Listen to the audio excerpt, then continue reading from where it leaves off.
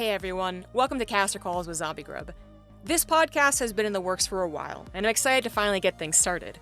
I love talking about casting, how people approach it and how it affects our lives, how to improve at it and what to do if you're a professional in the industry. So I made a podcast specifically for it. We may touch on things outside of just the esports commentary realm, but the focus will never not be on talking in front of a bunch of passionate fans. The Patreon for this can be found at patreon.com/zombiegrub, and I hope you guys will check it out. Your support goes back into increasing the production of this podcast, as well as helping it continue on for, until I run out of people to talk to, basically, which is theoretically never. I hope the rewards are something you will find useful, but if you just want to support, that's awesome too. My first guest is Feardragon, a caster who I basically grew up with in the world of StarCraft 2 casting. We started casting around the same time, and we got our first big gig within months of each other. As of this podcast, he's a part-time commentator and streamer while working as a programmer, but he still finds time to create silly projects such as the Applause Bot and cast dozens of online tournaments. Hopefully you guys enjoy this episode as much as we did.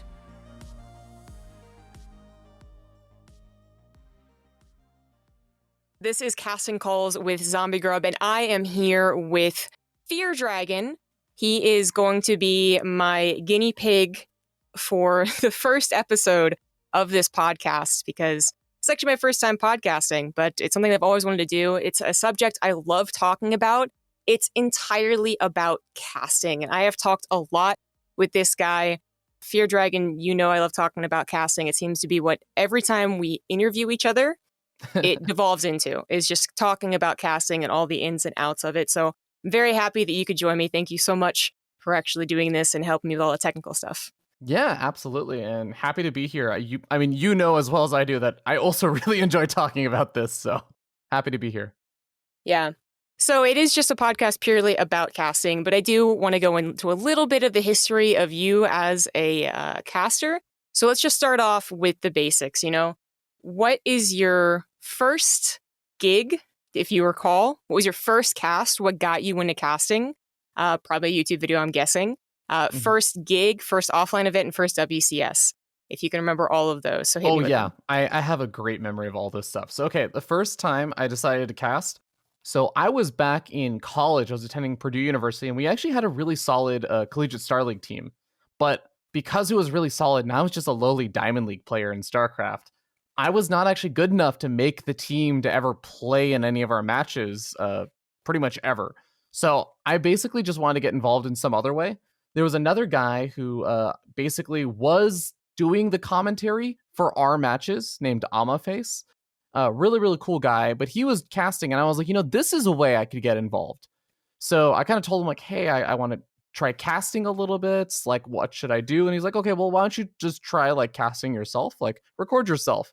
So I bought Fraps, which was, like, the old recording style. Yeah, it's, like, super old school. Because I remember Total Biscuit would always talk about that. And then what I did was I recorded myself playing a game against a player named Grey Arrow on Lost Temple, where it was a PvP, and like I basically win this game in a really, really dumb and simple way. But that was my first cast. It's actually still up on YouTube. It's really great and super high quality because it goes randomly, like 8 minutes in, it switches from 4:3 resolution to 16:9. Oh, I don't know why, but first cast woes. Yeah. But yeah, that was my first like foray, and I got involved and started casting like collegiate Star League stuff with my good friend Amaface. And from there, I ended up just doing a bunch of other stuff. Going to like first gig and everything. I'd imagine you're talking about like first offline gig, yeah? Actually, I'm talking about the first time you were paid. Oh man, that's So that's a complicated question because here's the thing. The first time I got paid was first time I did an offline event, but I still lost money on it. So the first offline, first offline event that I did was technically Cheesadelphia number 2. But I basically just told Joe, who runs Cheesadelphia, like, hey, I'm going for this event. You didn't hire me for this event, but can I maybe hop on the desk and commentate a little bit? And he's like, yeah, sure, we'll fit you in for like a series or two. So I did like 2 series. But the week after that, I actually did Kings of the North.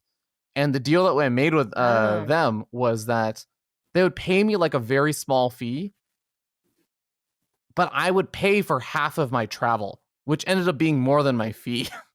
So Yeah. does that count? Does that count as getting paid if I Yes. lose money?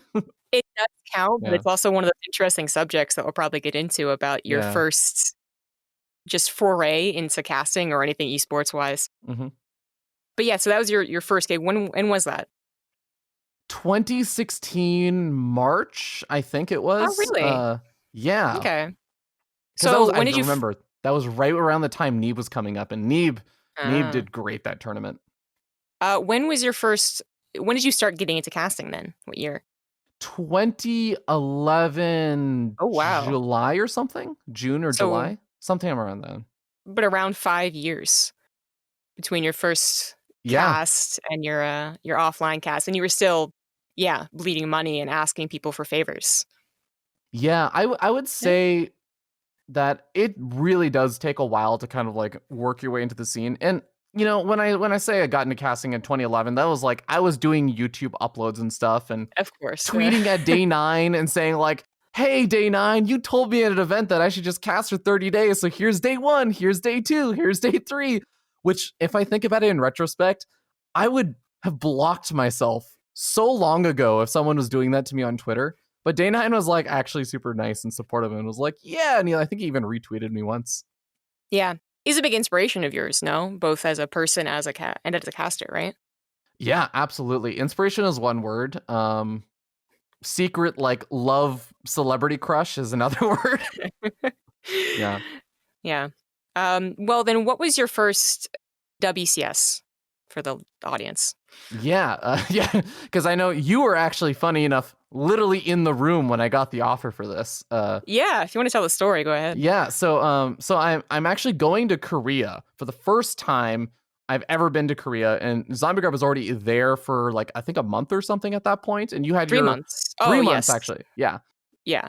You had already gotten like some Airbnb and stuff, and I didn't know my way around the city at all, and I'm a little babby when it comes to that kind of stuff sometimes. So I was a bit like, okay, ZombieGrub, like, can you just come pick me up and like take me to your place, and then I can go find my hotel room and stuff from there. And I remember I get off the plane and I turn on my phone's like Wi-Fi network, and immediately I just see a message from the person who was in charge of a lot of the hiring, like Mark Olberts at the time. And he's kind of like, "Hey, do you have a time to chat?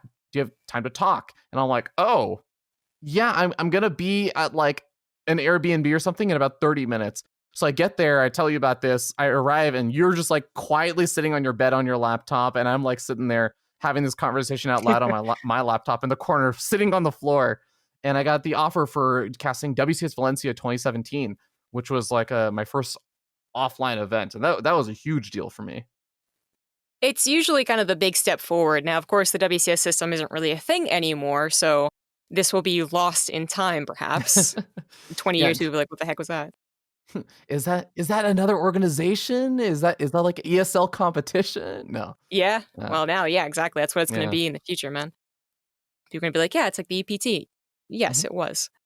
But that was the big jump that a lot of people were looking for. That, I mean, it used to be a lot more, right? Like you could have been hired for an MLG back in the day, or Mhm. an NASL, or a Red Bull. But the actual opportunities to be in a, let's call them like an S tier tournament, Mhm. were few and far between, starting from about, I would say, 2014. They seem to get, fewer and fewer. So that was like a big deal. And it kind of came from left field for me and for some other Mhm. people. But I know you actually have been very proactive. You're actually pretty good about trying to follow an ideal list of things to do to actually make connections and get hired. Can you talk a little bit about that? Yeah, so the funny story, and actually like you were saying, there's a little bit of a procession to what the story I just told about, Mark Olberts reaching out and stuff. It wasn't actually entirely out of the blue. It's not like I never messaged this man in my life and he randomly reaches out. So the really fun story, the part that I don't talk about as much, is I I do reach out occasionally to people and be like, "Hey, I'm interested, like how can I get involved and stuff?" But the majority of those times I do it, the funny thing is, it's when I'm really, really depressed. It's when I'm at my absolute lowest. So I remember I went on like a 12 or 13 game losing streak in StarCraft, and my self-esteem just hit rock bottom. And I was just like, you know what? I have nothing left to lose. I can't feel any worse right now. And for some reason, my mind starts working on things that I can do. So I was like, you know what? I'm going to send a message to like, it actually wasn't Mark Olbert's first because I didn't even know Mark Olbert's was doing hiring. So I said, I'm going to send a message to Heyoka, who was someone I knew at DreamHack, who the WCS events used to happen at a lot of the DreamHacks at the time. And I was like, okay, Heyoka, like, who do I talk to like see what I need to do to bridge the gap? Not in like, hey, please give me a job or something, but like, I just want to know where I stand and like what I need to do to fill the gap. Heyoka directed me to Mark Olbert's, and then I shot Mark Olbert's a message, and I kind of said like, hey, here's like some sample stuff. Like, I'm not asking you to hire me right now. I just want to know, and like, if you have any feedback or something on what you think I'm missing as a commentator so that I can work on that. And yeah, it took a year and a half, I think, for that to come to fruition, but it did. Wow. And for Valencia as well, which is like, really cool destination city. I was certainly a little bit jealous, because I had kind of been told that there might be like some hirings later in that year at Austin, because the person who was working at DreamHack really liked me, and we know who that is now. But yeah, it actually like I wasn't the first one. So you're one of the first like new pickups basically for WCS. Until then, it was pretty much the old guard, and we'll talk a little bit about the fabled Old Boys Club and if it really exists or not, perhaps in the future of this podcast. But the idea was that there weren't many people coming up. I can't remember. I didn't look up like who else might have been coming up, but like one of the last ones I remember is like maybe Vibe for Red Bull years before. Yeah, I forgot about that. The only other ones I could think of were Tenshi and Zawig, but they were also specifically doing the ESL events in China, which I think they specialized in specifically, and they didn't really get hired for anything else outside of there. Yeah, it's really weird because some people will be like, well, the premier tournaments are over this amount of prize money, and it's like, well, you're technically not wrong. That was literally their designation. But I think when casters talking about premier tournaments, we're kind of talking about purely prestige and getting into kind of the Blizzard circuit as well, because WCS was literally the Blizzard run World Championship. Well, everything else, I mean, of course, had their fingers in it. That was them, right? So it definitely was a bit different. What were the big surprises that came with that? I know for me personally, like one of the things that was really different than any other offline cast that I really did was that there was so much to work with the cameras, right? Yeah. Being on the analyst desk was the biggest difference for me. What about you? I think that was definitely a little bit of a surprise, but I think it was a surprise in just the sense that it wasn't exactly how I expected it. But I think before the event, one of the things I was the most conscious about was I know that I don't have like an amazing camera presence. So I had already been thinking and working on that. And I remember I even reached out to like Red Eye and one or two other people for like feedback and stuff. Actually, I reached out to Jeff as well, or In Control as well at the time. But I think besides that, the couple of biggest surprises I had was like from a working standpoint, the analyst desk that you end up seeing all the casters on. I think when I watch those segments as a viewer, they actually feel pretty long because, everyone is always just saying like, oh, okay, why can the casters please stop talking so we can just watch the game for a little bit? Jesus, these people are so narcissistic. Everyone has those complaints and everything. So the desk segments feel very long because you're waiting for the games to start. But when you're on the desk, they feel so short. And I think the format for EPT and like how last year's WCS events kind of changed things up in 2019. But before that, I think the style was that basically I realized I had to come to the desk with one, maybe two things that I was going to say, because I actually wouldn't have time to talk about all the other stuff I want to talk about. That was probably one of the biggest surprises. I'd say besides that, I was also surprised, and I know I've talked with you a lot about this, ZombieGrub, and I think you also were a little bit caught off guard by this, but I think at your first event, the exact same thing happened, where the finals are rolling around, we're sitting in the semifinals, all the casters are sitting in the green room, and then, Mark Olberts or someone comes into the green room and is like, okay, so who would like to cast the finals? And it's just dead silence because it's like a ZVZ finals or something, and I'm just looking around like, am am I allowed to volunteer myself? This is my first event. I shouldn't be casting the finals, but no one else is volunteering right now. This is so strange. This is not what I expected. Yeah, that's the exact same thing that happened with me. Now, the Montreal finals ended up being the epic smackdown of Snoot versus Neeb, so it really wasn't a great finals, like, in retrospect, but still, like, we didn't know that. If anything, that sounded like an amazing finals at the time. But yeah, the same thing happened. You know, Maynard's always keen to cast the finals, and he basically is the designee now to to cast all the finals. But yeah, everyone was just like, you know, I don't know. And I also had the same thing where I was like, I don't think I can volunteer myself. Like, I'm the newbie here. So that was a big surprise, just the way that there was approach from the veterans. And we really were that new blood. In fact, this actually reminded me, like, Nate was actually basically the new blood before us. So he had like the most to say. Years. Yeah, exactly. A very long time. But they kind of like stuck with it though. Like they would still kind of make fun of him for being the newbie even 2.5 years later. So I think when you came in, Nate might have made the same point. But he was like, to me, he was like, thank God you're here because now they can make fun of someone else. Yeah, exactly. Those are the exact words he used with me too. Yeah. Which I think maybe you got made fun of more. I actually did not. I don't know if it's my personality or...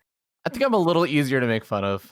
Well, okay, yeah, I'm not going to argue with that yet, but there might be a few different reasons. Yeah, that was a big surprise. So when you got the call to go to one of your biggest events ever, I'm going to assume that this was the event that kind of made you the most nervous. You knew how big it was, right? Yeah. I mean, I definitely felt that sort of nerves and stuff. And I do remember, like, I had never had as much trouble sleeping at an event as that event. Like WCS Valencia 2017, I had so much trouble sleeping. I actually also remember getting up and going to the hotel lobby and finding, like, I don't know if Probe remembers this, but I saw Probe because it was day 2 or day 3. Actually, it was day 3. Day 3, basically the night before day 3, I should say, where Probe is sitting there in the lobby at like 3 or 4 in the morning, and I can't sleep. So I went down to like go just walk around for a little bit, and I see Probe there, and he had just lost 2-3 to Neeb in the round of 32. He almost managed to beat Neeb, which would have been such a massive upset. And I'm like, what are you doing over here? And he's just like, well, you know, I can't sleep. And I'm like, oh no, he's just super duper depressed. But I mean, like, I was also just feeling so nervous and stuff the entire event. I got so little sleep that event. Yeah, it can be really tough. So when you started to prepare, can you tell me when did you start to prepare and a little bit as to your approach to it? Yeah, so unlike what I would say the preparation looked like in 2018, where in 2018, we really, one of the best things that Blizzard had done, I think, in any of the years, was that they reached out at the beginning of the year and said, hey, so here are the events that you're going to work, and here's what we're offering, blah, blah, blah. You're going to do like this event and this event. What are your preferences and all that stuff? And you kind of knew or had a sense of everything in like February or March. But for that event in Valencia, my first event, they reached out 3 weeks before. As I arrived in Korea for my vacation. Yeah. So it was a little bit strange. I didn't really get to do a whole lot of preparation in Korea, but I basically went home, and at the time I was also still working a full-time. Like, I was not at all even remotely close to being full-time esports. So I was still working a full-time job as a software dev. I was still working like whatever 8 to 12 hours a day or something on the weekdays. So it was just, I would finish up my work and then I would just write tons and tons of notes. And we can talk about like the format for what notes and stuff for me look like, because I'm pretty sure every caster prioritizes different things for their notes and what they really feel like are the important things they're going to try and research. That's absolutely true, but that's also the point of the podcast. So please give me details. Okay. Well, I actually recently went through a lot of this stuff. So I do have a lot of it fresh in my memory because I was digging through a bunch of old badges and stuff. But the way that I usually think that I bring value to the broadcast is I like to emphasize and kind of the humanization of a lot of the players and kind of bringing up their story, who they are, making them less of just like a random anonymous name that you only really see the playstyle for, and kind of reminding people of like who they are, what their dreams and aspirations are, and what their fears are, and all that kind of, you know, lofty stuff that sounds really cool when I say it, out loud, but of course, defining it is a whole other thing. So a lot of the stuff that I would write here are things about that player that would either be interesting if there's downtime to fill, things that like, oh, if this player is about to be knocked out, here are things that I can talk about. This player never made it past the round of 16 or something. So it's just brutal that they once again are falling in the round of 16. This just seems to be a mental blocker. Special the round of 4, for example, would be a more recent example of something like that. Or, this person has been training so hard. They've been putting in they've been playing 300 games like a month or whatever, or every like week or something of StarCraft just to try and prepare for this tournament. They their hard work is finally being rewarded. Like, just trying to bring those kind of stories to light. I'd find little facts that back up those kind of stories, or like rivalries and things like that. So it'd be a lot of researching on a website called Aligulac that has detailed information on a lot of matches. It'd be actually I'd reach out to players and ask them how they felt about different matches. I'd ask them about things that had nothing to do with StarCraft, like, hey, what are your hobbies? Like, what do you do besides StarCraft? Oh, cool, you play the guitar. Oh, Snoot, yeah, you play the piano. That's really cool. Like, how did you get into that? So I think just having a lot of that backfill was what I felt like I could bring to the broadcast, because when you're on a broadcast with people like Rotterdam and Pig, ZombieGrub, and Artosa, or whoever, like, a lot of the analysis is already there. And I feel like it's usually better for me to just leverage them than to try and catch up a lot. I think the important thing for me and my approach is that I try and stay just informed enough on the meta and everything that I'm not going to constantly be taking missteps and, saying wrong things, but really then just leveraging my co-caster for a lot of the analysis. Okay, well, I think that's actually like something that you do very, very well. Oh, thank you. Yeah. Well, you gave me a compliment. I had to give you a compliment. But yeah, like this seemed to be something that was missing a little bit from, personal experience. There's really only a couple of people who actually go down into the player pit, for instance, and like chat people up. It's something that you just kind of forget to do, or you feel like you don't have to do because you've studied the player, their play style beforehand. But Todd was actually pretty good at this. Yeah. And he has excellent desk segments. And then I know you were very proactive, and you would talk about getting messages or even just being messaged, right, by the players. I think Scarlett likes to message you about balance subjects. Yeah. So. Well, that's a funny story, because one thing I learned about Scarlett is that I would have trouble because I would organize tournaments and I'd invite Scarlett, or Scarlett would qualify or something. And she would just not respond when I said, hey, please confirm that you can make this date. You said you could. And I just want to make sure like this date is being finalized. And she just wouldn't respond. And finally, I think there was one day, I don't even remember why I tried this, but I kind of said like, hey, Scarlett, can you explain to me why Reapers are so imbalanced? How are Zergs supposed to deal with Reapers? And just immediately, and I want to say this is like an hour after I had messaged her asking her if she was okay and like available to play in this tournament. An hour later, I messaged her this, and just paragraphs start showing up in my Skype logs at the time. And I'm like, okay, so that's how I get a response out of her. Cool. So yeah, I learned a little bit about her opinions on Terran balance. Yes, which is very easy to do, especially back in the Beyond days. Yeah. But yeah, it does really shine through in your casting. But in your opinion, like because I think some people think about this a lot, some people don't. I know that you are one of the things about it a lot. What makes a good caster then? Like you're talking about leveraging your co-casters. So is it your camaraderie with the other people on the panel, which can be an intimidating thing when you're kind of uplifted from online work to offline work with guys you've been watching for, 7+ years? Is it the knowledge that you bring either in the player form or in the strategy form? Do you think any one of these things is more important than the other? Or is it just highlighted by the caster themselves? I think it's a really hard question to answer because context matters so much. Like, let me give an example. If I'm working at Cheesadelphia, which is a smaller, still pretty awesome and has definitely been growing, but it's a smaller offline event that focuses pretty much entirely on North American players. The viewership's going to be a lot lower than, say, a WCS or something. But also, there's usually 2, maybe 3 commentators there.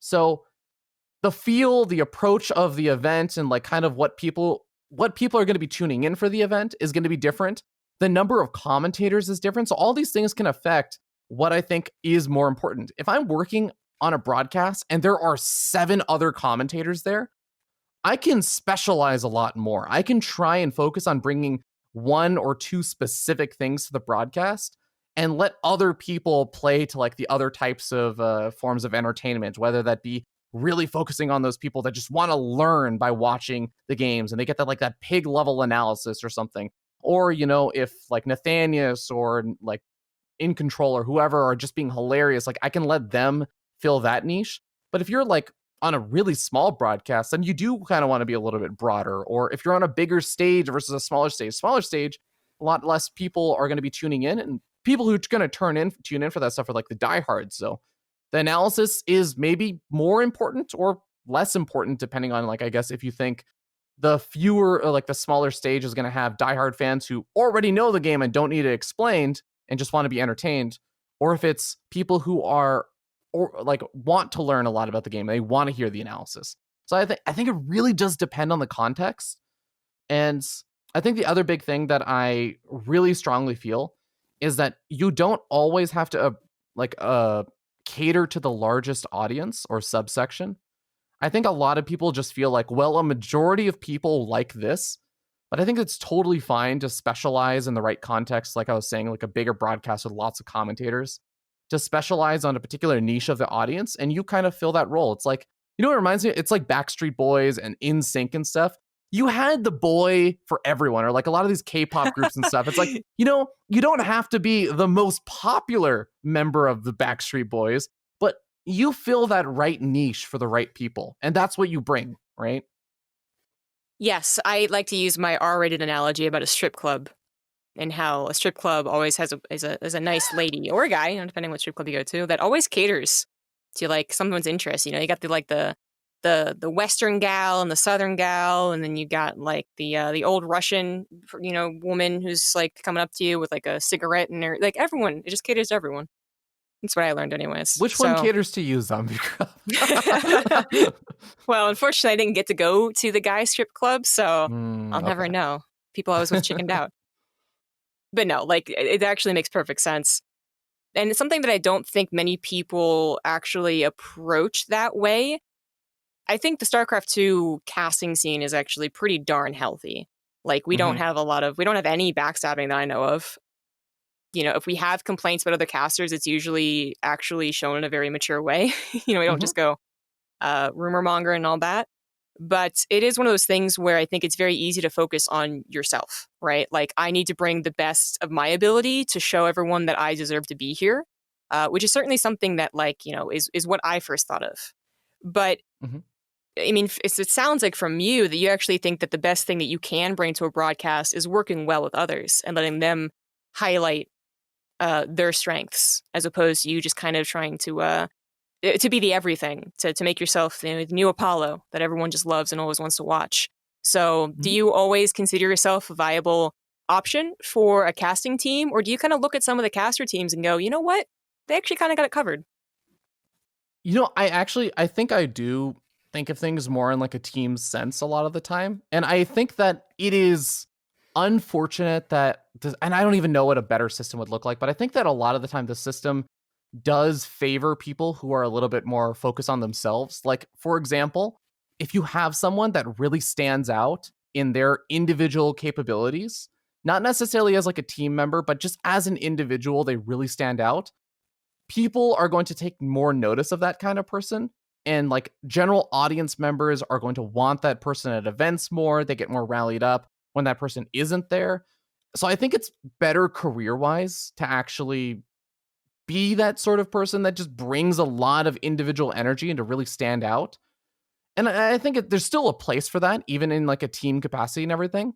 But I do think to create a better overall broadcast, a lot of the time, like being conscious of like team members and stuff can be a really, really effective way to like create an overall better experience of the broadcast, not just like singular moments brought to you by one individual person.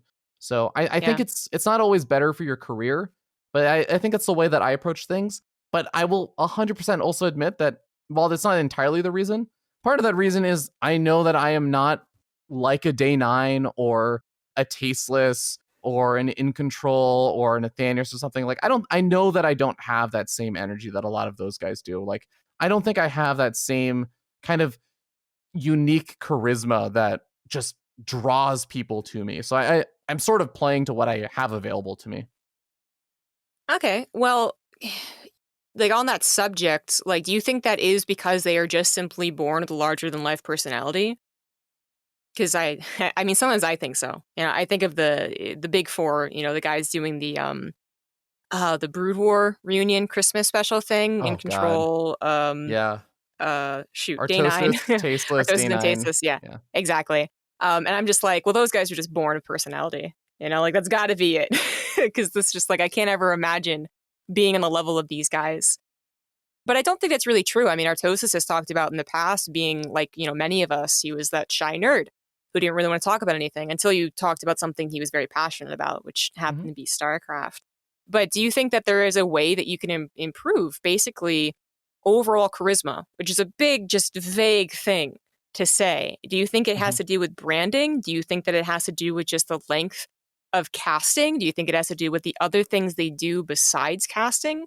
Or is it actually just something special? I do think that you can improve it. It's like you said, a very ambiguous thing. And I think this is like the hardest type of thing to improve on. It's when it really depends on you, the person.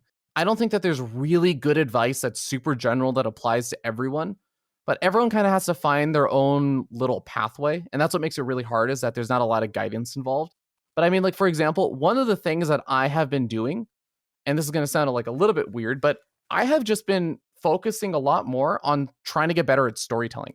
I realize a lot of the time I tell stories, ironically, even though I try and do a lot of commentary and stuff, I'm actually quite boring. I find that a lot of the time I or other people will lose interest midway through the story. So I'm trying to get better at that. And things that I'm doing, like I'm just going through memories of my life. And I'm like, if I were to tell the story to someone as I'm standing there in the shower or something, I'm like, how would I tell this story? And I like just go through practice runs of that. It actually reminds me of how Tasteless has mentioned he like will sit at a coffee shop and just write down jokes and like things that he can say on broadcasts and stuff. Like I think there is a degree of practice involved there. So I think there are things you can do. Um, but the other more general broad thing I think that just brings general entertainment value to the broadcast is you just kind of have to live a little. You kind of have to go experience things. And then Mhm. again, it sounds like such a silly, broad, general, ambiguous thing. But people who are interesting, I mean, forget broadcasting, forget esports, forget commentating. The people that you are usually drawn to as a human are the people who have something that they've gone through, they lived through, and they have experience, and they have these stories or things that have happened to them that they can tell and draw upon. They've lived, they've experienced the world a little bit, and they're interesting, I think, not necessarily just because they have those things to talk about, but because of how those experiences change you. And I really do think that's actually like a really big part of it. I almost wish on my taxes I could like write off a vacation and be like, this is a research thing to improve my personality. Yeah, I totally get what you mean. It's like eat, pray, love, man. You got to go out there and like explore all the different cuisine and all the Yeah. different countries, and then put up that sign on your workbench, and everyone can think you're cheesy. But you're absolutely correct, and actually, you kind of touched on something that I feel pretty strongly about. Isn't really talked a lot outside of just us casters talking to each other, which is casting as storytelling. When I was a youngin, I love stories, right? I read all the time. I was a writer, fanfiction.net. Yeah. And like I had a couple thoughts of being a writer, and I was like, no, I like art more. But I always like telling stories through art. I liked comic books. I liked storyboarding. Then I get into this thing called StarCraft 2 casting, and it seems like everything I ever wanted to be was kind of just like, oh, I guess that wasn't really true. But actually, it absolutely is. Voice acting as well. Like Mhm. storytelling is actually deeply ingrained into esports commentary as well. I think I know that you agree with that, but like just for the audience, like, do you agree with that? Is StarCraft 2 more about the story being told than it is necessarily about the game that we see? Absolutely. Like I 100% agree. There's a great YouTube video out there where it talks about actually this is going to sound so tangential, so unrelated, but give me a moment to Okay. tell the All full right. thing. But like there's this great YouTube video that talks about Michael Scott from The Office. and it kind of analyzes his character and kind of says like why, like what's Michael Scott's approach to business? Why is he such a bad manager? But he was the best salesman. And like this ending line of this YouTube video stuck with me so much. And it's that, as like growing corporations and everything are trying to like adopt these models of salesmen who basically have like scripts that they read through and everything, a lot of the like personalities taken out of these situations, and it's a numbers game about asking as many people as possible.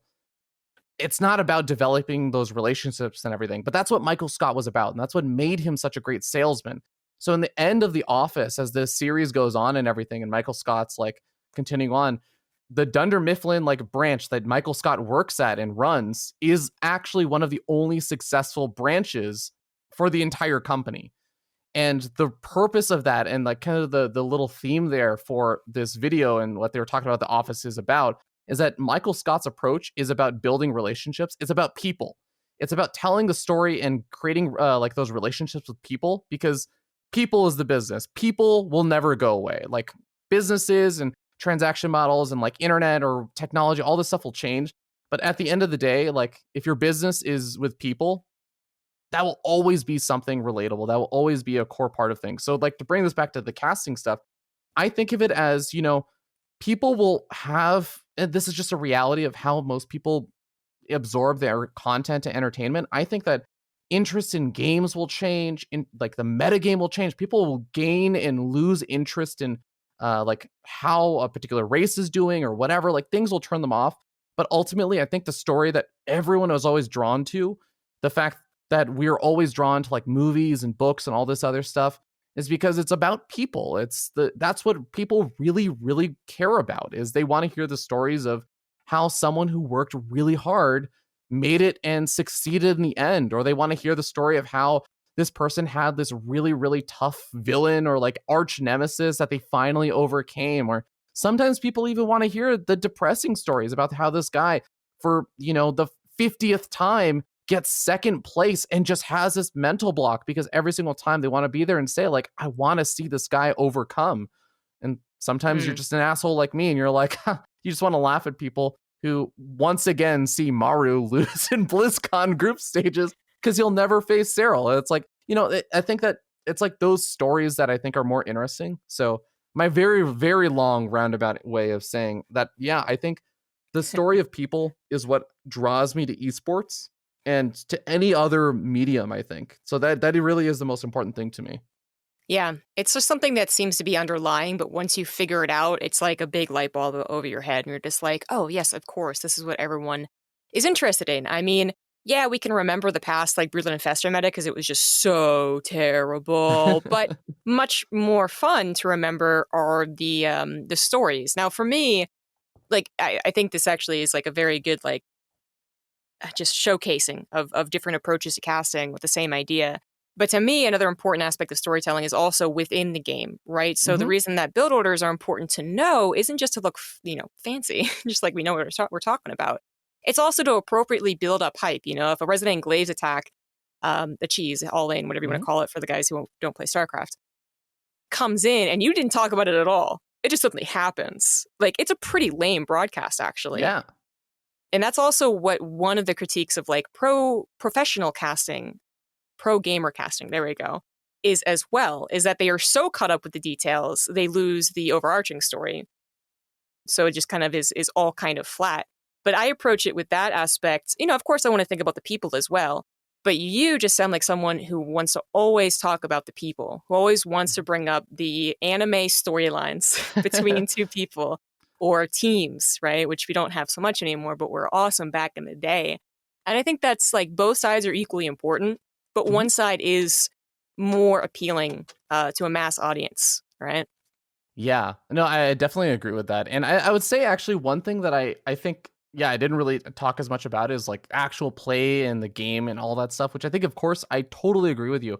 Super important. And I think that is the more transparent thing. That's the more visible thing a lot of the time. And I think the way you said it was really, really well done, where the stuff I'm talking about with like the personality and everything, or like the humans, it's very broad reaching. You can show it to your mom, like the WCS signature series of SOS and all that stuff. And like, they don't need to know anything about StarCraft. That is a compelling story, right? But the gameplay is the forefront stuff. It is the most visible stuff. That is the thing that most of the people who are most interested in the game and everything are going to care a lot about. So I think that you're right. They're both important and they both have their places. I think actually my favorite thing in storytelling is when they mix. I love, like, my favorite thing in all of StarCraft is when I see players and I can look at their play and I can see their personality in it. When I see someone like, I mean, to take an obvious example, No Regret, who's this Zerg player that just has absolutely no shame in just all-inning, and like his literal motto that he's verbatim told me was, it's not the first, second, third, or fourth all-in that they'll die to. It's the fifth all-in that they don't expect because they assume there's no way he's still doing this. And like he lives by that, and you can see that in his personality, that he's very boisterous, he's very out there, he's outgoing, and he doesn't really care what a lot of other people think about him. He is willing to do all that stuff, and I love seeing that in his play. It's because that's what transforms StarCraft or, you know, Super Smash Brothers or whatever other games from just a cool thing that people are competing in to like a form of expression. It turns into art when there's that crossover right there. I think that is my favorite, most compelling story in StarCraft. But you really have to look for that. You have to have a lot of knowledge, like you were talking about, to understand how the build orders and everything are playing out, why someone is doing certain things. And it's not easy to find those crossovers. Like, you really do have to do your work and research and everything to find them and showcase them. Yeah, and that's why sometimes the tedious work that looks like you're just trying to get internet points can actually be helpful, right? You see those threads. You know, I felt validated in Katowice when it was actually like, actually, guys, Protoss has never not been in the finals, and it was like, I'm sorry, I kind of called it. But it is those things that we do have to study, even past the point of just knowing the game. Because again, people can know the game, but then not be particularly good casters. But that is kind of a whole other discussion in itself, is like, our hardcore fan base's approach to determining what a good caster is versus a more casual based approach to what a good caster is. Kind of like skirting the topic a little bit, like wrapping around it. How do you deal with the feedback from the general community, especially when it seems like they don't quite know what they're talking about? Oh, I mean, how real do you want me to get on this? I mean, as real as you want, man. All right. Well, I have an approach that I wouldn't recommend for anyone. Oh God. All right. Maybe not that one. Yeah. My approach is that I have such a critical and negative opinion of my own casting that when people give me negative feedback, usually I read that, and in my mind I say, well, you're kind of right, but you're really missing the core issues that I'm facing right now. See, here, it's actually much worse than you think. Come sit down. Let me explain to you how bad I am. So like, that's actually like a somewhat exaggerated, more comical version of like what goes on my head when I read really negative comments, but also with positive comments. Like, in some ways, my approach is that I actually read a lot of comments and I'm like, I know better than you. I'm much worse than you think. So like, that's kind of my approach to dealing with it. That's clearly not a very healthy way of going about it. I'm working on that. But I think a healthier way of doing it is evaluating things and kind of detaching yourself. I think actually, as much as I would sometimes argue with cats, I do think that like the ultimate ideal goal is that you can read criticism and take your ego out of whatever you're reading and not take it as a personal attack on you or who you are as a person or anything, and take away whatever like negative frame that they're putting things in, like, oh, you know, Feardragon is such a shitty commentator and like he should just quit because such and such. Is like, well, okay, drop the entire first part, but the such and such, that is actually maybe something to explore. Maybe they're even sometimes a little bit off base, like they are attributing an issue that they have with your casting to like one thing, but really the underlying cause is something further back, right? Like there's things like that, and that you can ideally go for. I think that's the ideal, but it's really hard to reach that. It's really hard to stay mentally strong enough to do that and read that feedback. Yeah, I mean, you don't really want to go through YouTube comments, for instance, as much as I know that you do. because they're usually only just when I'm depressed, okay? I only do it when I'm really feeling bad. oh boy. Yeah. Because they generally aren't very, they don't have any substance. And that Mhm. is usually what is missing. I feel strongly that there are a subsection of people who have bad feedback who actually could give proper feedback if they were taught. And then, Mhm. of course, most of it's actually just people being, assholes. Let's be real. But I really feel like people just never learned how to give feedback. And, thinking back to my K through 12, like, and that's the education system. And for people who don't know that, like, I don't remember ever being taught that. The first time I was taught proper feedback, besides, be nice, say something nice, that's not proper feedback, was when I went to art school, Mm. which makes sense because they have to be very critical there. But ways that you can frame it, well, still basically being negative, but actually being substantial, because that's mostly what's missing from the feedback. Do you find that it's actually at all helpful to read the people who aren't in the business, the people who don't think critically on this? For me, I think if enough people say something, it might be true, right? Mhm. There's always that reality to things. But for the most part, if I'm looking for pointed, substantial feedback, I would probably never go to the forums, right? I Mhm. usually am very self-introspective, first of all. But do you find that it's actually useful to go on the forums, or do you actually just completely limit it to people that you talk to? Because I know you do actually ask for feedback from people in the industry.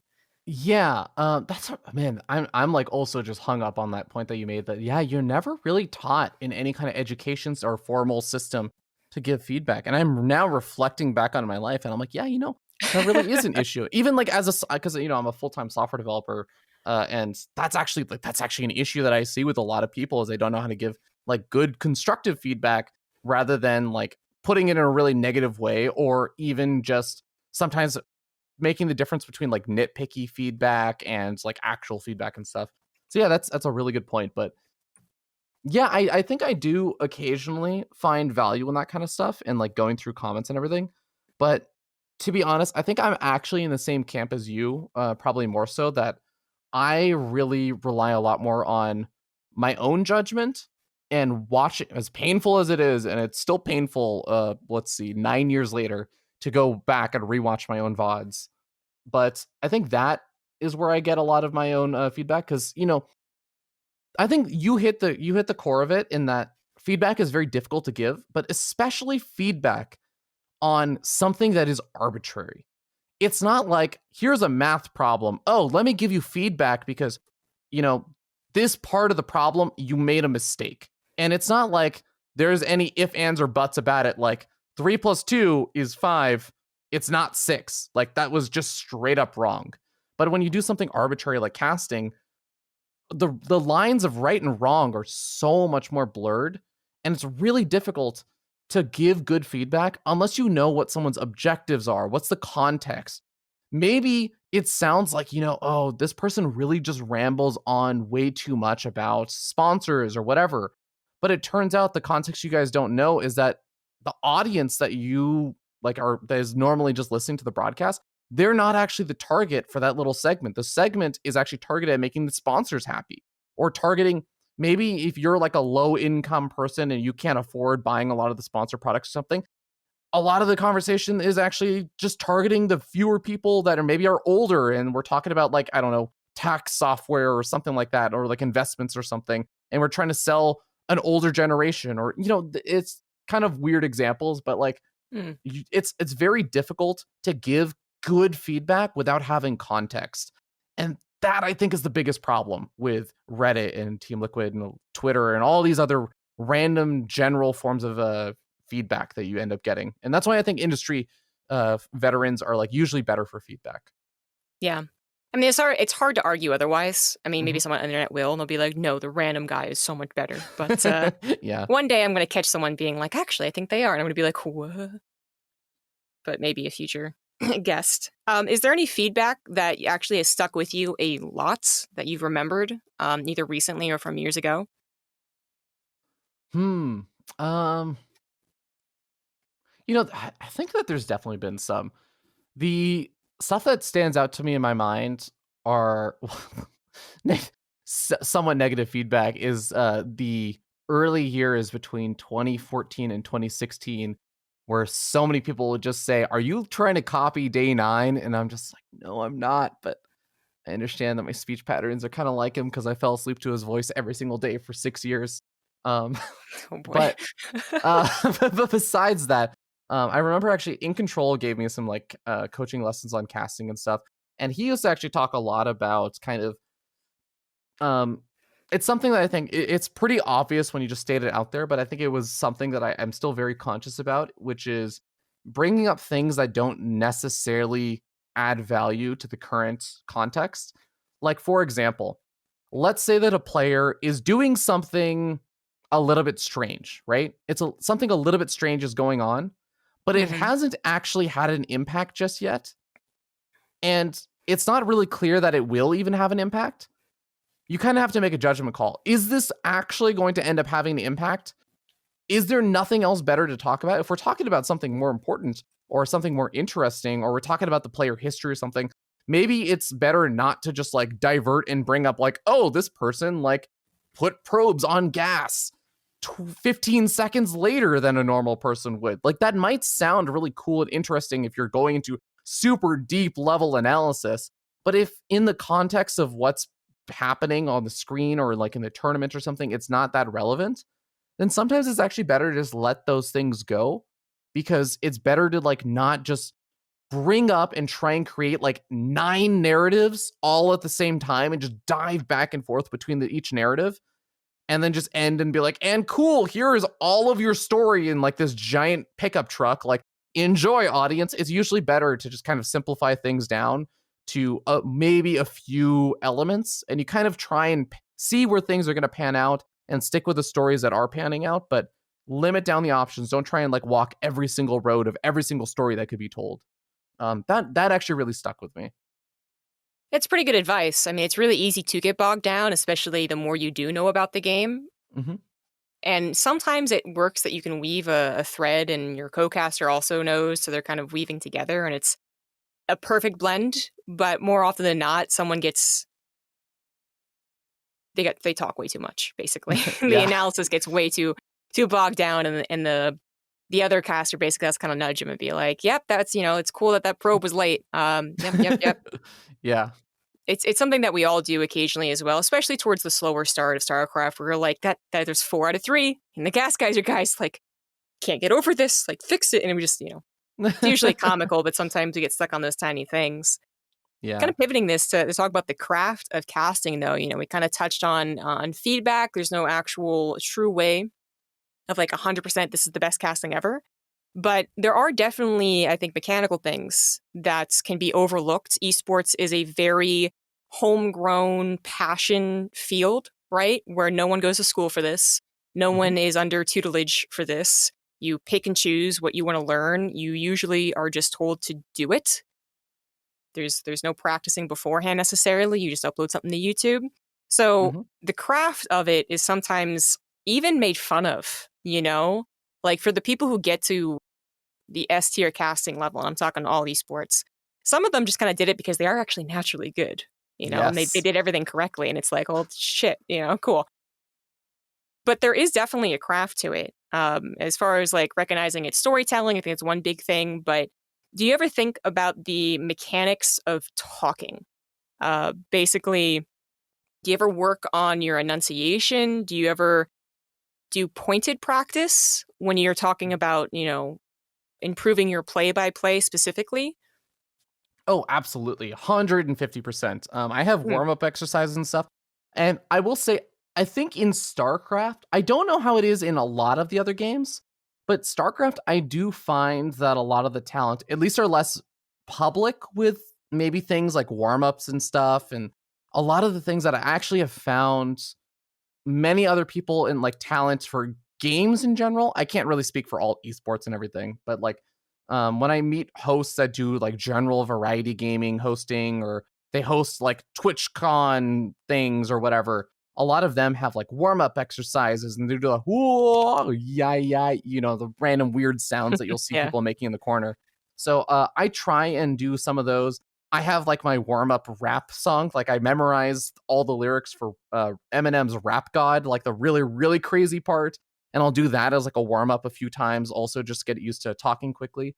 And like I don't really broadcast or do any of this publicly, but I will sometimes sit down and when I'm watching like either like a StarCraft stream or actually more commonly a Super Smash Brothers stream, I will just try and do nonstop play by play for a really long time just to work on my general ability to get words out very quickly, but also clearly.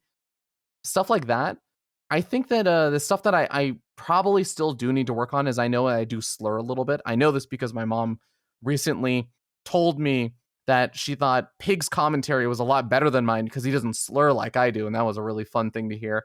But I think stuff like the mechanics of actually speaking and being more conscious of how, like my tongue is being used in specific syllables that maybe I'm slurring, like that kind of stuff I think would also be helpful. But you're right, we don't really get a lot of professional coaching or anything unless you go seek it out yourself. So Yeah. yeah, that kind of stuff I definitely think there's a lot of room to improve for a lot of people, myself included. Yeah, just off the top of my head, just like literal talking, yes, but even camera presence is something that you Hmm. can learn, like news anchors don't just go on there and just know what to do. But it's just not really focused on. It's kind of usually just what's the word I'm looking for? It's excused by saying like, well, someone just has charisma, right? Hmm. When it's not necessarily true. Like there's ways you can learn to actually approach the camera or approach speaking or anything else that you do. But the craft of it's actually, yeah, it's funny. You're going to start craft, but we don't really craft our casting. It's usually so much more about the analysis, really, right? Because most of our feedback is based off of what do we know. But there's one thing that I've like really strongly tried to remind myself is that, there's the old cliche, which is people don't remember what you say, they remember how you make them feel. And I Mm. certainly think that casting can be a lot of that. There's always that moment, where a caster makes an amazing call and it's remembered. Okay, like that'll happen. But generally, just it's how they made us feel, like how well they got along with the other casters.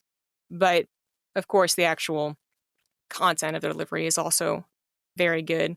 I learned that casting play by play is actually very difficult, and there are ways that you can try and improve on that specifically. And I know you pretty much identify as a play by play caster, right? Yeah, Okay. I want to be a play-by-play caster. I think there's a weird irony that I know you will probably appreciate also a little bit, which is when you're coming up as a community commentator, especially back in like 2011, 2012, 2013, 2014, all of the people who are doing low level, and I don't mean low level in terms of like the gameplay and stuff, but like low level commentary in the sense that you're entry level, getting into it, everyone's a play-by-play commentator because if you're a grandmaster or something, you're really good at analytical kind of commentary, then you're probably already escalated up a little bit. Unless you're like really, really a unique case and you're working your way up as a like an analytical commentator. So I had to work for like my first 5 or 6 years of casting and community events and all that stuff with other play-by-play commentators. So naturally, you just start drifting to become a little bit more of an analytical person. And then when you hit the big stage, it's like, oh, hello. Literally every single co-caster is Grandmaster League and considers themselves analytical, except for like Maynard. This is different. Yeah. It actually might just be a totally biased thing because when I was coming up, I always thought that everyone was color.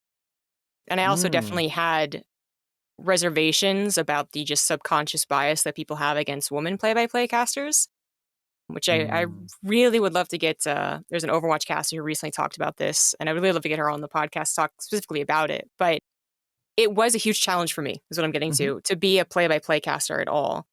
I've really tried to like grow over the years and all that, but play by play, it felt to me like it was something that was out of my reach. That everyone else was trying to be the smartest person in the room, and I had to be even smarter. And that's also where I got a lot of my cred. My Hmm. credit was that I was the smart one. But for you, it's like the complete opposite. And I wonder how much of that is maybe the co-casters we were brought up with, because I was working primarily with Rifkin for those same years. So we kind of started Yeah. casting at the same year. Or if it is just our inherent biases, because we both started off with the different goals. That's a good point. Yeah, it may have just been kind of like co-casters and stuff that we ended up working with. But I mean, I remember that like I specifically would always think like, man, it's so much nice casting with ZombieGrub because she just will actually talk about all the cool and intricate analytical stuff in the game, and then I can just do the stuff that I really enjoy. I feel like also part of it probably also comes down to like, what do you really like about commentators, or like what do you like to bring to the table? And I know, for example, for me, like from the very beginning, literally like the first commentary that I did that I mentioned, like Feardragon versus Gray Arrow on Lost Temple.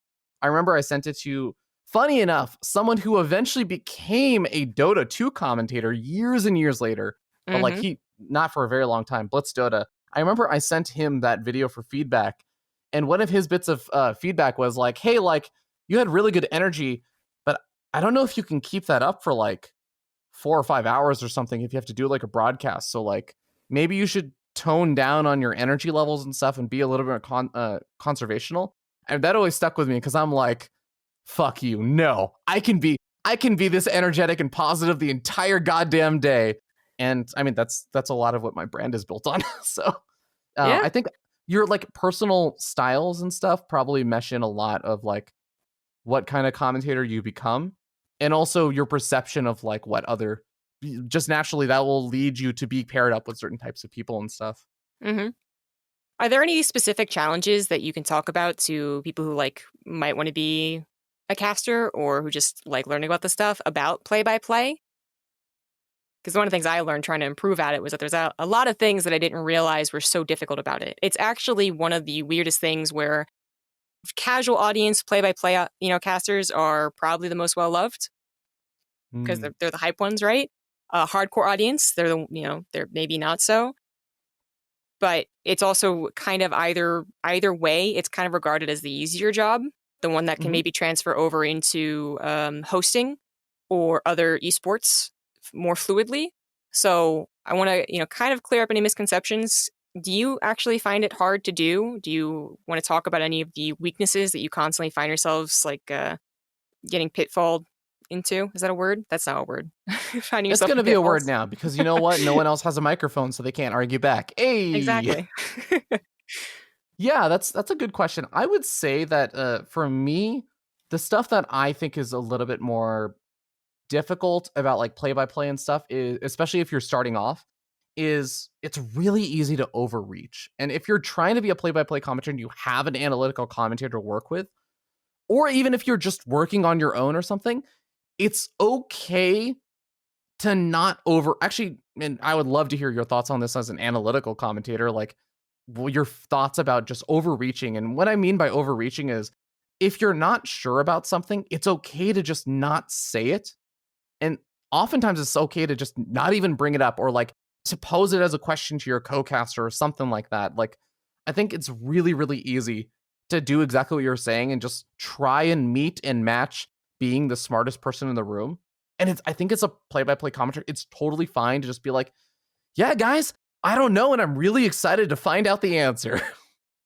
It can be a beautiful, chemistry if, Mhm. especially if you don't do it in a way that just, you kind of have to like a little bit, how am I trying to say this? Like, I feel like the best play-by-play commentators are the ones who do have a general grasp, but they acknowledge that someone can either explain it better or knows it Mhm. more specifically, right? Yeah. So the more that you can kind of be like, oh yeah, I've seen this, but can you tell me like a little bit about what it means? Is better than just being like, I don't know what this is. Pig, like what is this?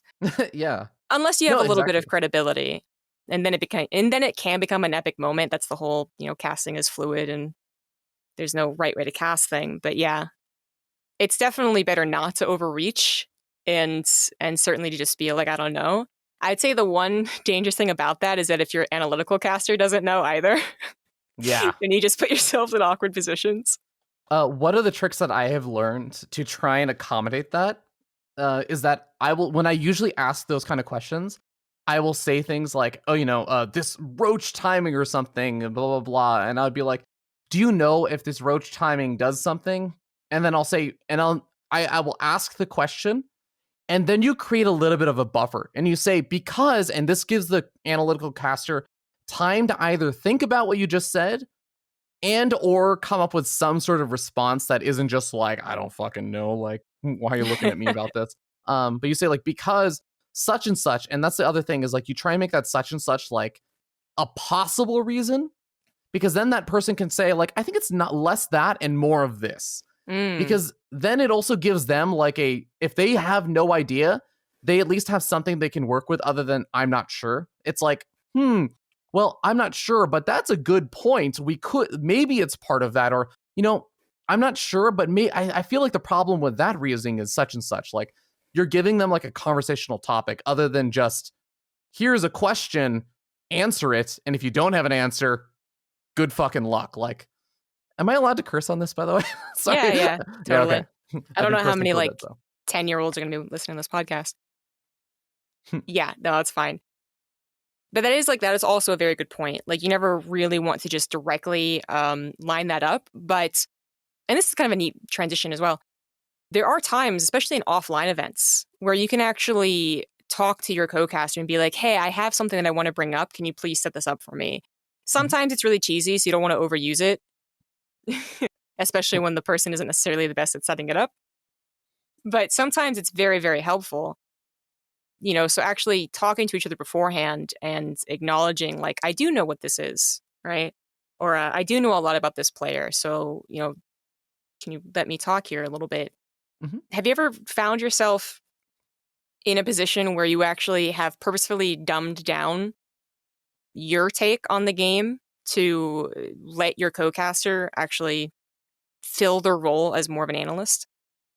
Yes, but I think actually, and this is probably something I should work on, is that I think I sometimes do lack not the ability, but I definitely don't discuss things with my co-casters in that sense as much as I probably could. And kind of setting things up and stuff in advance. I think you would probably be the one exception, because I know you are usually the more active person when we cast together that brings that kind of stuff up. But I definitely have a lot of the time and I'm still working on this. I think I still sometimes could do this more, but there are a lot of times that I have thoughts of like some analysis of a game or something, and I will think like, okay, if I know this, Pig probably knows this times 10. So I will, instead of just saying like, hey, this build counters what this other person's doing, right? I will say instead to Pig, like, how does this build do versus what this other person is doing? Because it seemed, and I'll, they'll do a little, because it seems like it has some potential here. And then Pig can be like, this is considered the hard counter to like this build or something. So like just letting the analytical commentator, I get a little bit of shining moment, but also, like you said, sometimes a lot of the time your co-caster is going to be able to explain something better than you can, because it's their specialty. This is what they love to do. Yeah. Do you ever consider that as hurting your brand, though? It might make the overall cast flow a little bit better, but I mean, it could contribute to people saying that you are just a dumb play-by-play caster. Totally. And I think this goes back to what we talked about earlier, where I think I care a little bit more about like how the overall broadcast and stuff feels. I'm okay with being one of the like people that I think is supportive role and everything, and not necessarily making the big shiny flashy moments and stuff. Although I do feel like the place that I would like to be able to do that is in the play-by-play.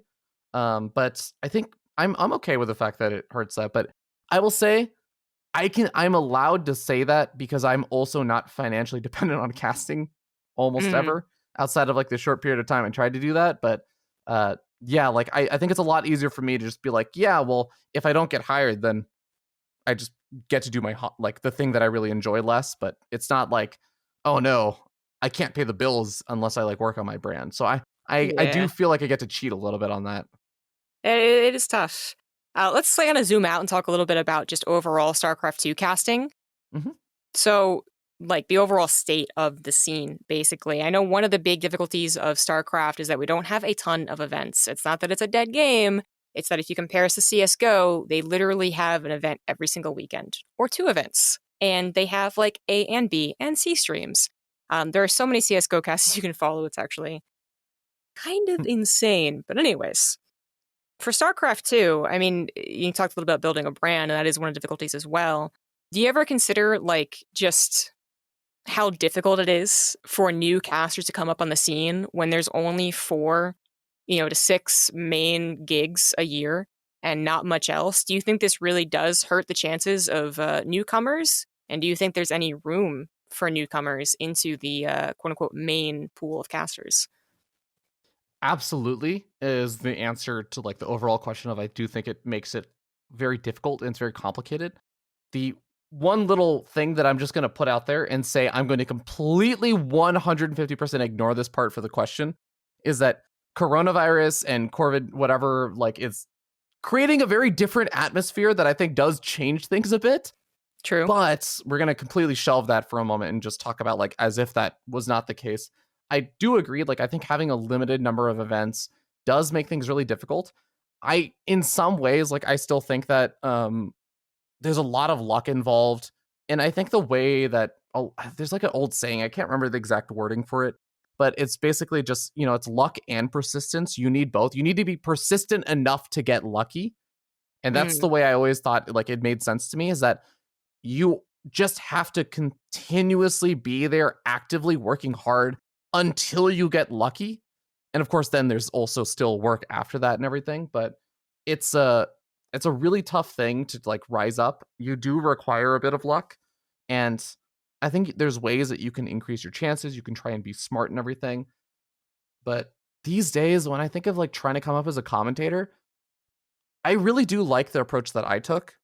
This is like a little bit narcissistic for me to say is that I do think I have one of the most, I don't know if it's narcissistic. I think I have one of the most repeatable approaches to coming up as a commentator. And okay.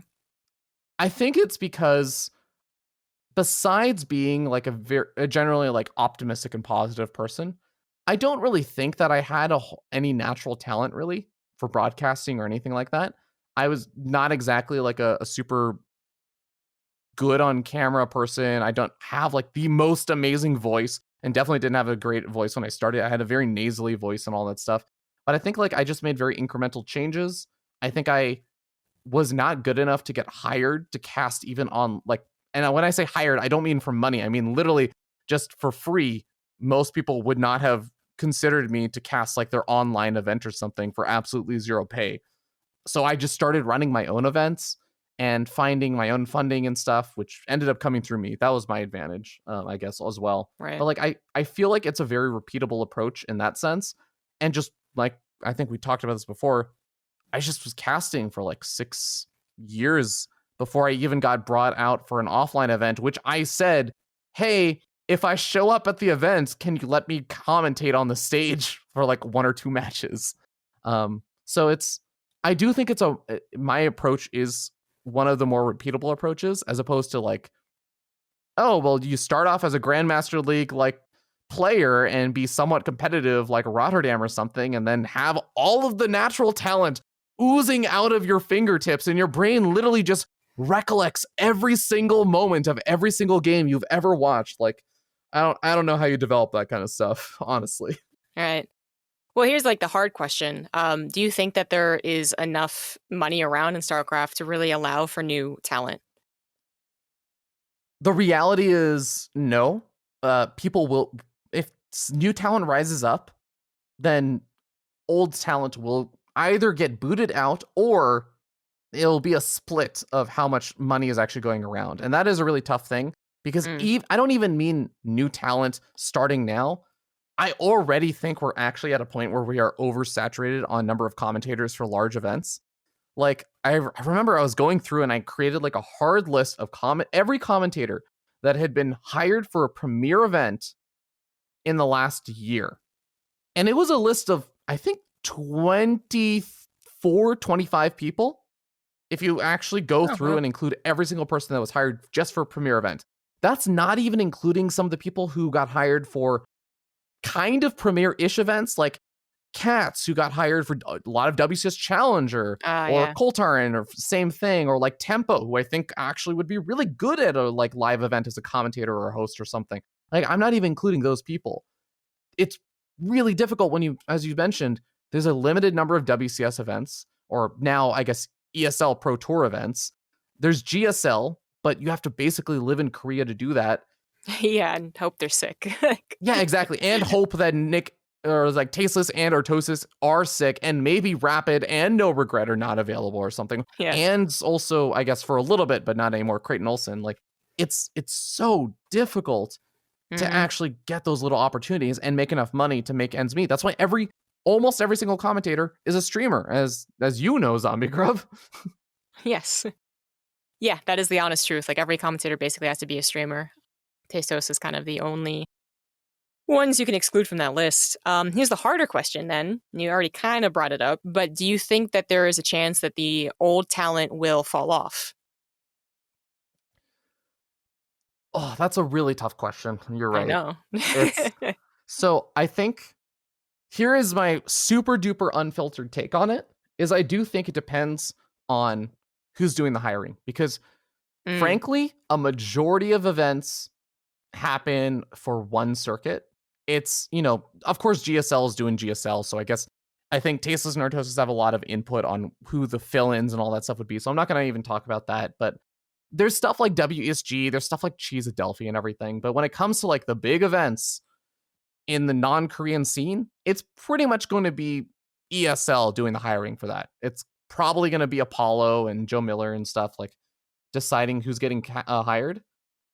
So ultimately, who gets hired and who has opportunities and stuff to come up and whether or not certain commentators get edged out or something, it's actually going to come down to like who's doing the hiring. And this is a really, really tough reality of working in like a smaller ecosystem like this. And I don't mean because StarCraft is a super small ecosystem or anything. Just I think esports is still small, and it'd be the same as if Overwatch League or something was working Overwatch League and there's tons of money being thrown around.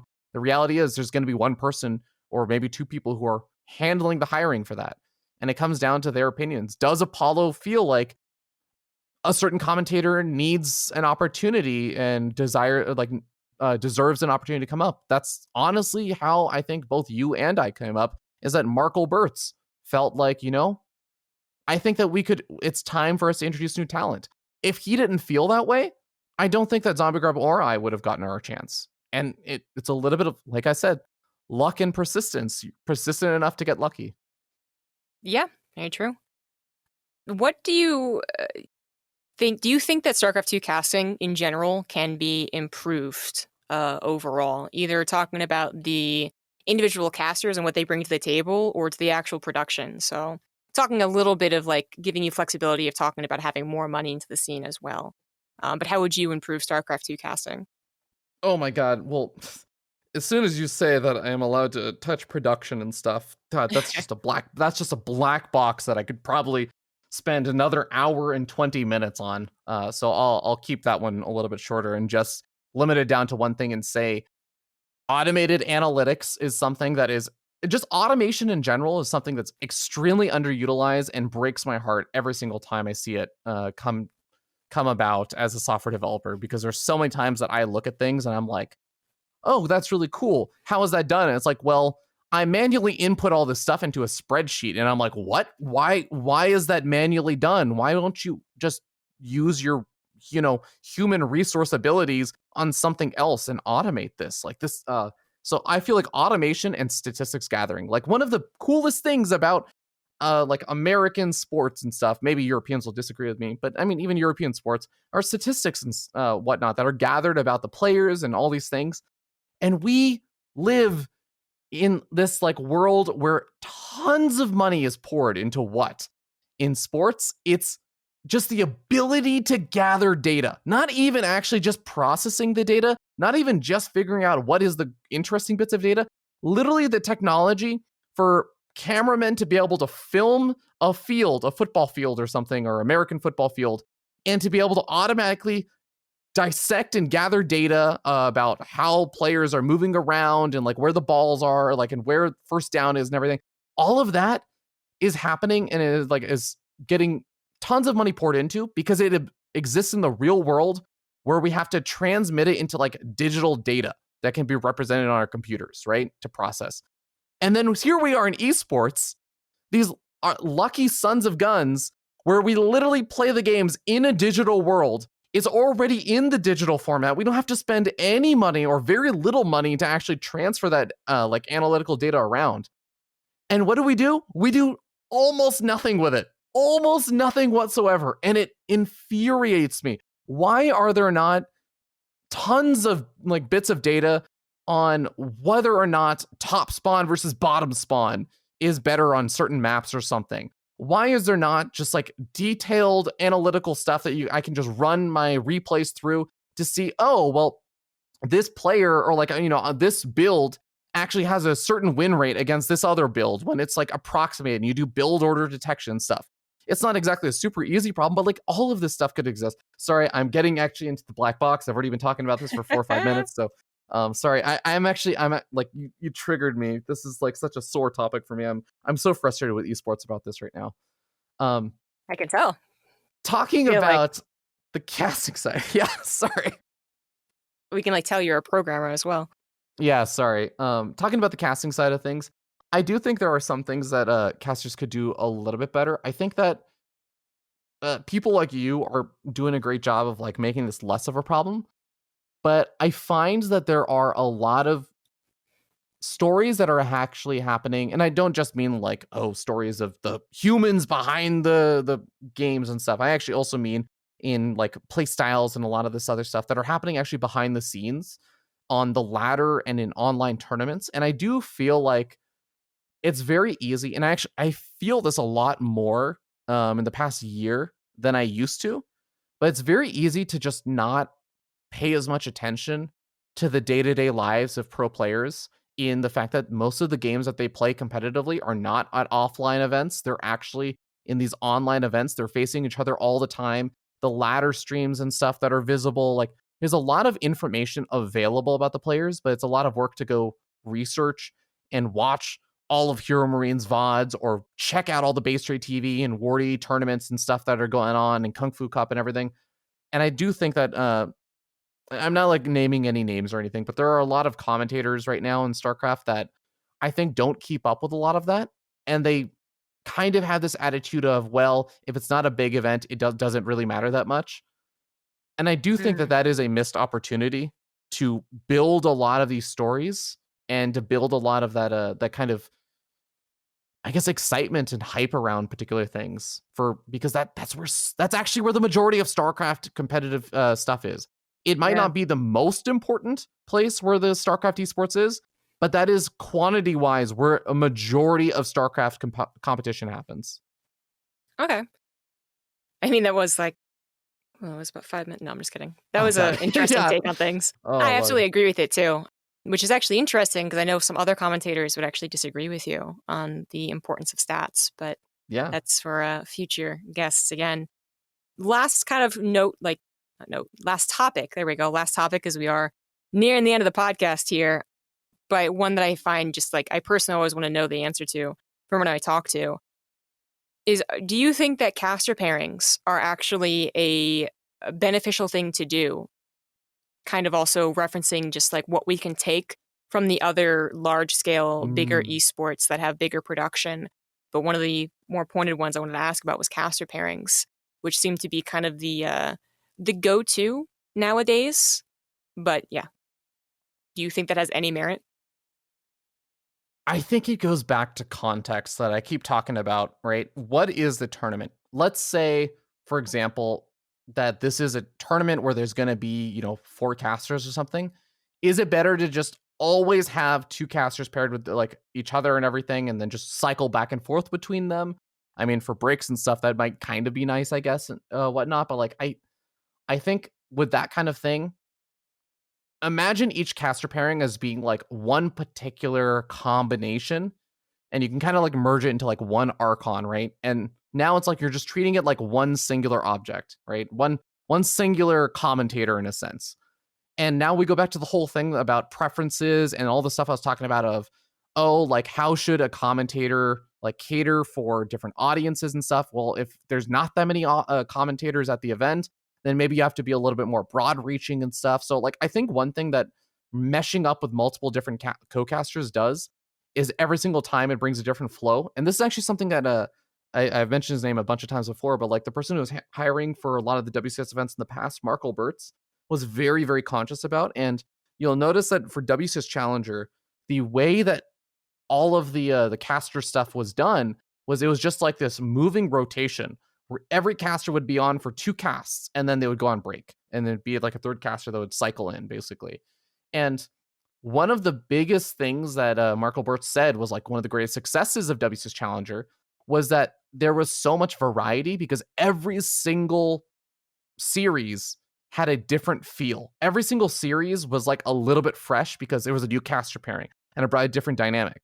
When I was commentating with Jeff would bully me, and it was like a weird, funny dynamic and a little bit awkward. And then, I would move off, and then it'd be Jeff and Nate, and those two just like memed around like crazy. And then I'd come back on, and I'd be with Nathanius, and we'd talk a little bit more about the game, and it'd be like a little bit more serious. And it's just kind of that alternation. It kept things from getting stagnant.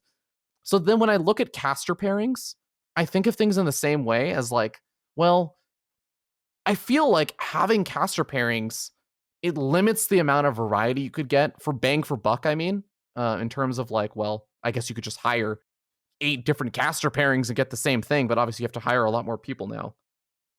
But I do think maybe quality wise per cast, there'd be a better quality. So again, I think it depends a lot on context. I would not hate to see it tried out at least a little bit. Yeah. I think I'd just be nervous about like, like the caster picks, like either someone tells us who we cast with, and like it's like, because I don't think anyone hates anyone, right? But it would be one of those things where like, oh man, like, I have to be more of this role now, Yeah. even though I liked being able to play all the roles, because we do kind of have that going for us. Or there's people that I think you just get along with better. Like, yeah, absolutely. I can think of an example of like, I know you and Maynard are always really excited when you get to cast together. But I also really like casting with you, and I would be really sad if it was like, oh, well, Maynard is casting with ZombieGrub, so I never get to cast with ZombieGrub now. Like, I'm like, oh, okay, well, I mean, Yeah. I might like the other person I cast with, but I miss out on that opportunity as well now. Yeah, well, Maynard's also the perfect example, is I think everyone loves casting with Maynard, so Yes. everyone would be a little bit sad. I just think it's something that I'm interested in, because it always seems like when a new big esport is announced, it always seems like they're pushing for caster pairings. And I'm sure there's some logistical reasons for that as well. But yeah, there's another whole conversation there. But we've already been talking for over an hour. I figured this would happen, like I want to try and condense this and just be like, it's going to be like nice and sweet and like really to the point. Nah, it never is, because there's just so much to talk about and so many interesting viewpoints. And I like, in the process of talking to you, I have thought of like 24 more things. Yeah, to add it's to the almost list. as though whenever we sit down on a Skype call or Discord call or whatever, that especially even when Maynard gets involved, that our conversations literally go for 5 hours. It's almost like we talk about this stuff a lot. We do indeed. But that's going to have to cut it for this podcast. I'm totally open to doing part 2s with anyone that I, just have more to talk with. But for now, it's going to be it. Feardragon, thank you so much for taking the time to both help me out on the technical side, as well as actually be the first guest on casting calls. So please give a shout out to whatever you're doing. You can be as detailed as you want. I know you're doing you're bringing back the interesting facts, doing some video stuff. So talk to me about it. Yeah, you guys can catch me on Feardragon64 and literally everything. I am single-minded with my usernames, and I will actually email a company if you try and steal that username from me and ask if I can get you like removed or something. So don't try it.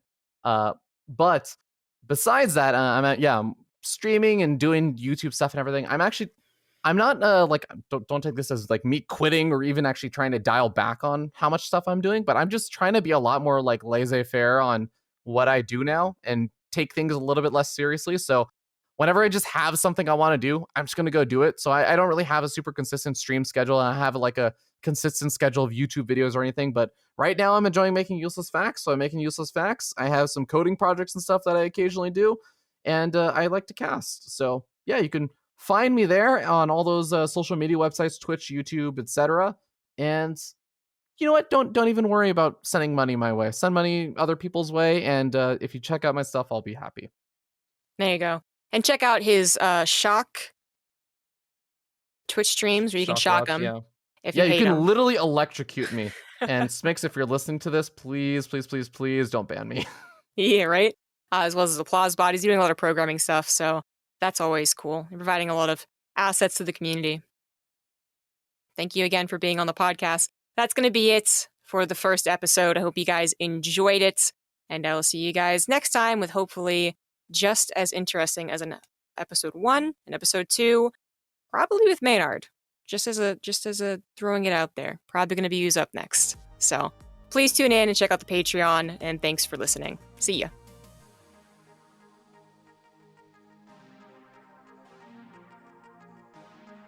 Thanks for listening to the podcast. And if you guys enjoyed it, make sure to check out the Patreon at patreon.com/ZombieGrub. This is all just me producing and getting everything organized and everything, basically, so your support really means a lot. There's a couple of really cool rewards that I think you guys will actually like, and the goal for right now, our first goal for the Patreon, is to get to $100 per creation, and then actually include video with all of the podcasts for anyone who uses YouTube. If you just go outside walking, listening to podcasts, well, then you might not want video, but the option will be there. So definitely check it out, and thanks for watching, guys.